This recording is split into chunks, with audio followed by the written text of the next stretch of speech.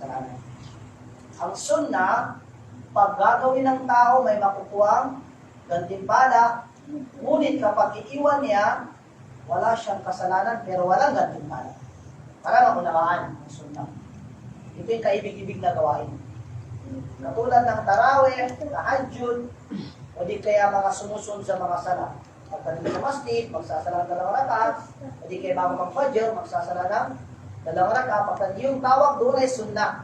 Kung di mo gagawin, wala kang kasalanan. Pero kapag gagawin mo, meron kang gantimpala. At obligado naman. Ang obligado ay ang 5 beses na pagsasala. Na kapag ito ay isasagawa ng tao, may gantimpala. At kapag ito iiwan ng tao, may kasalanan na napakalaki.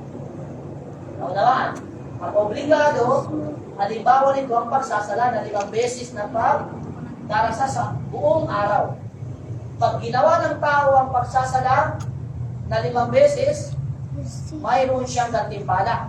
Pag iniwan naman ito, mayroon siyang kasalanan. So pag kayo magkaiba doon sa sunnah, obligado magkaiba. Ang sunnah, pag iwan mo, wala kang kasalanan. Pero kapag obligado, pag iwan mo, mayroon kang kasalanan. Ang tanong, ano yung kasalanan na nag-iiwan doon sa obligado? Nagkaisa ang mga ulama, kung may susunod sa mga shirk na gawain, pangsunod ang taong di nagsasala ng obligado.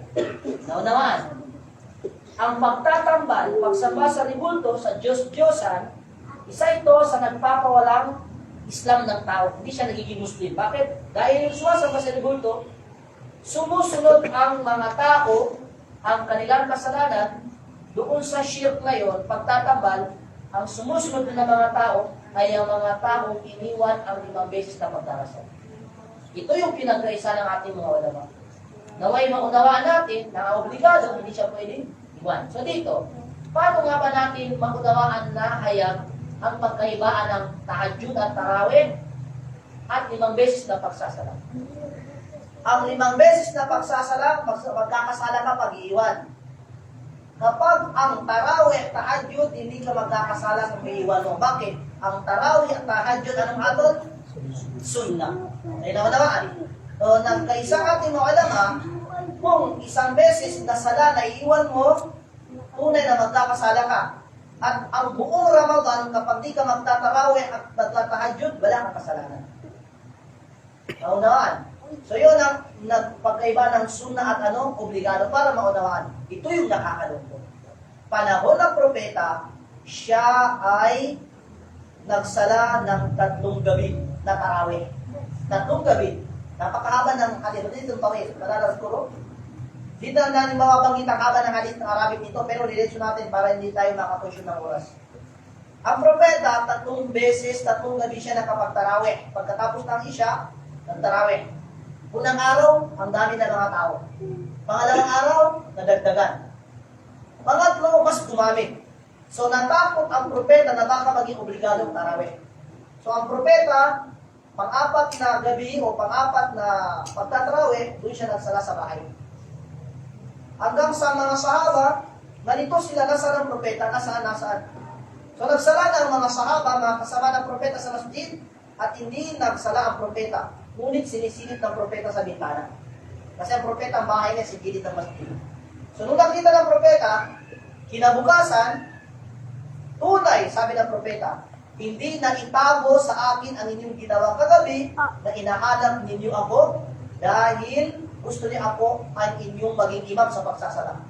So ano sabi ng propeta? Inni khashaytu alaykum aw tufridu.